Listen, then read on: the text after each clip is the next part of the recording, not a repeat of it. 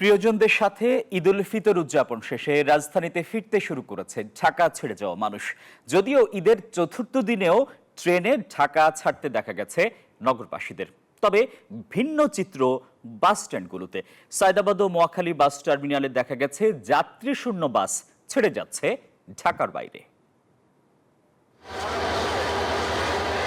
এই চিত্র কমলাপুর রেলওয়ে স্টেশনের। প্রিয়জনদের সাথে ঈদ উদযাপন শেষে ঢাকায় ফিরছেন তারা। বলছেন এবারের ঈদযাত্রা স্বস্তির হয়েছে। পাশাপাশি ছিল ভিন্ন চিত্র। ফিরতি ট্রেনে অনেকে আবার ছাড়ছেন ঢাকা। ঈদের আগে ভিড়ের কারণে যারা ঢাকা ছাড়েননি স্বাচ্ছন্দ্যে এখন যাচ্ছেন বেড়াতে। কাজের কারণে যাইতে পারি নাই, এখন কাজ শেষ হয়ে তারপর পরিবারের কাছে যাচ্ছি। বান্ডেল থাকলে প্রতি সেনমানিতে টাকা বাঁচবে। বিকাশ সেনমানি বান্ডেল কিনে জিতুন প্রতি লেনদেনে। আমরা সবসময় ঈদের পরেই যাই, আর দীর্ঘ 7 বছর পর দাদা বাড়ি যাচ্ছি, তো ফিলিংসটা তো অন্যরকম হবে। এবার ঈদে জার্নি করিও খুব তৃপ্তি পাইছি, কোনো সমস্যা হয়নি, টিকিটও ভালোভাবে পাইছিলাম। তবে রাজধানীর বাস স্ট্যান্ডে ছিল ভিন্ন চিত্র।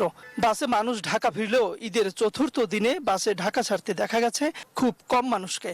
সায়দাবাদ ও মহাখালী বাস স্ট্যান্ডে দেখা গেছে যাত্রী ফেরা শুরু হওয়ায় অধিকাংশ রুটে বাস অনেকটা খালি অবস্থায় ঢাকা ছেড়ে যাচ্ছে। আপনার সিলেটের যাত্রী কম আর কি, আমাদের যে কুয়াকাটা তারপরে যে চট্টগ্রাম অনেক প্রচুর যাত্রী আছে।